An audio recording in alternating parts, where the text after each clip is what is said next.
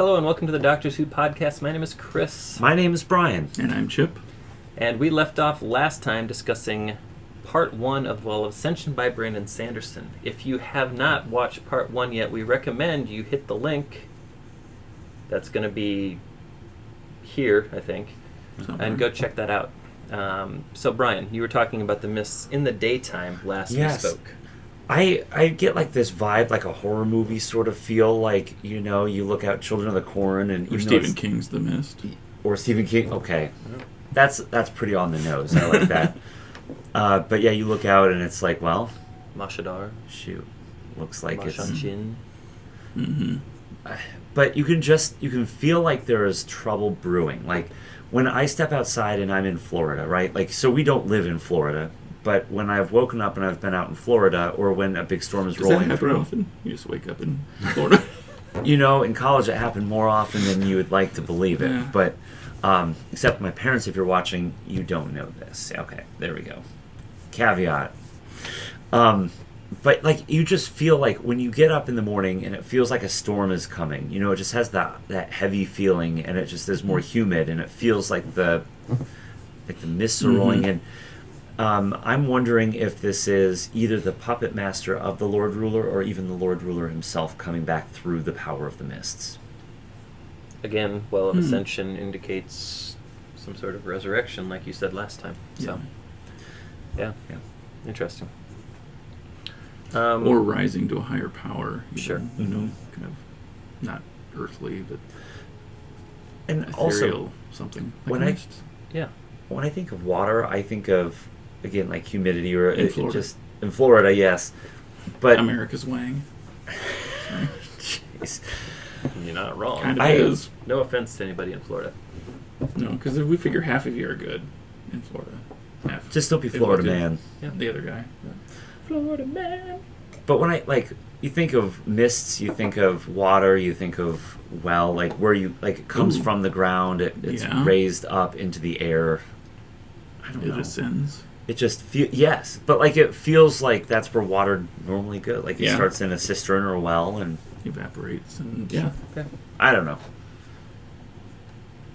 Can we switch topics and talk about duralumin? Oh, duralumin. Yeah, let's talk about that. Yeah, because that's kind of interesting. Because she's had like some sort of a metallurgist or alchemist or whatever like they master, call them. Yeah, something allomantic metallurgist. Yeah, or something like that. Like work on like all these different combinations to try and see if she sounds like a mixologist. Right, it does. Yeah. Maybe on his off time he makes cocktails. I don't know. It would make sense. So, but have you tried ingesting any metals? Not recently. I had your iron today.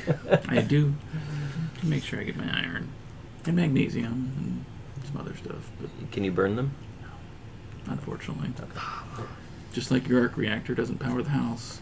It Right. looks cool when it lights up, but all right. So let's kind of talk about this because she's trying to figure out. I got this really weird work vibe when I read this. So this is like what I would call number 5. This is recipe 5 we're trying today. So you're either at a restaurant and you're getting the daily special, which could be excellent or it could kill you or make you feel very sick. But you also feel like you're in a little bit of a QA situation, like, I have no idea what I'm testing, but here you go. You deal with this. You try this out, and hopefully it doesn't break everything.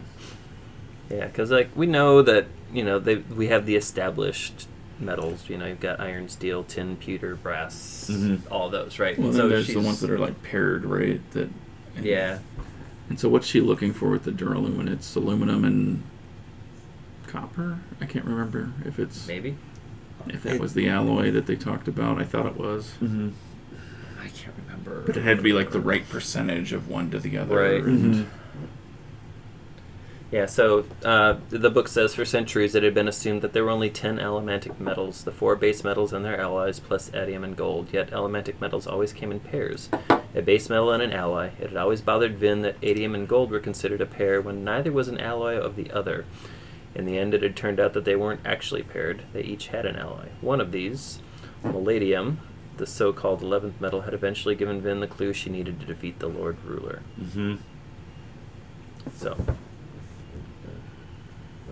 she's been trying to get other combinations to see if she can unlock abilities.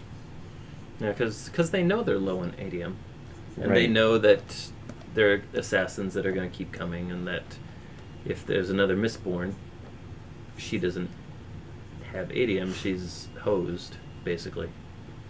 So. And it does say that duralumin is an alloy of aluminum and copper.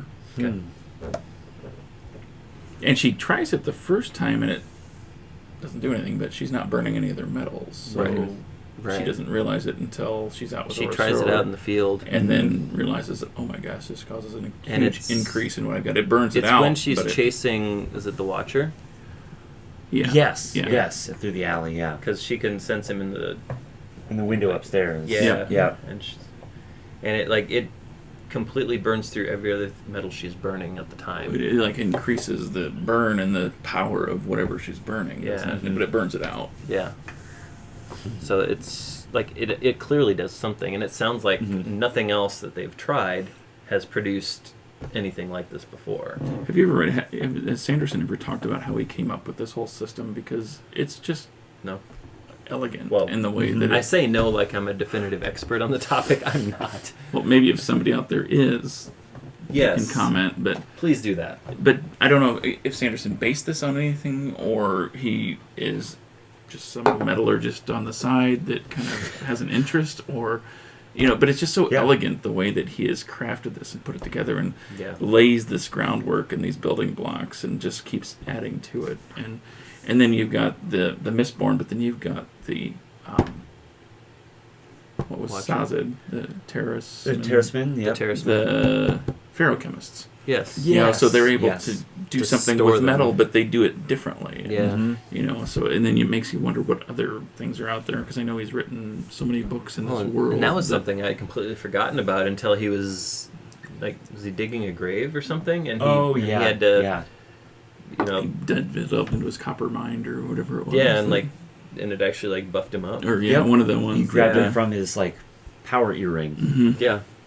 Well, and that's what the Lord Ruler had, those armbands that basically Mhm. gave him all that strength and Right. power and stuff. So. Yeah, because I remember in the first book where they're like, well, he's just so powerful that he's flaunting the fact that he can wear metal jewelry. Mm-hmm. And no other Mistborn would dare even try it. Yeah. So, yeah, that's interesting. So there's that to watch, and if this is a thing, how many other elementic metals and alloys are we going to come across, or are there, right? So that was just something that was interesting to me. It seems like he built it well, where there are maybe a finite, but a very, very large finite number of metals that could be tried. Combining different alloys and metals, and I think that lends itself to a lot of creativity, which I love about the book. It seems like there are a lot of good options. Switching gears, if I'm allowed to do so. Yes, please. You are. One thing I really actually appreciate about this book is how Vin is always talking about how great Kelsier is, and he had been a Mistborn about as long as she had by the time this end of part 1 hit, but it actually shows a nice steady progression in her skill development.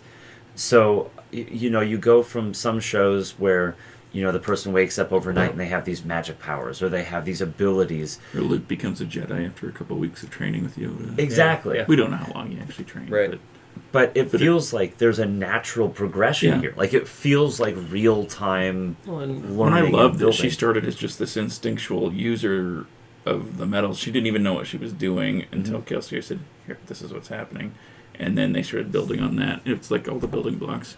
But we're learning as she learns that these different combinations do these different things. Well, and somebody even made the comment that she seems to be more skilled and more powerful than Kelsier was. Mm-hmm.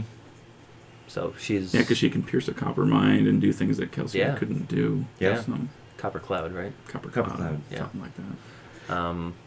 the very end of this of part 1 was kind of interesting because a second army shows up, Oh yeah. and then But Bree says he's the one that convinced them to Yeah. show up Uh-huh. to Yeah. create a stalemate. Brilliant. Yes. I like that actually. That was a Well, I like the reintroduction of Breeze too. Yes, because I was missing him. Mhm. He was one of those that I remembered. Yeah.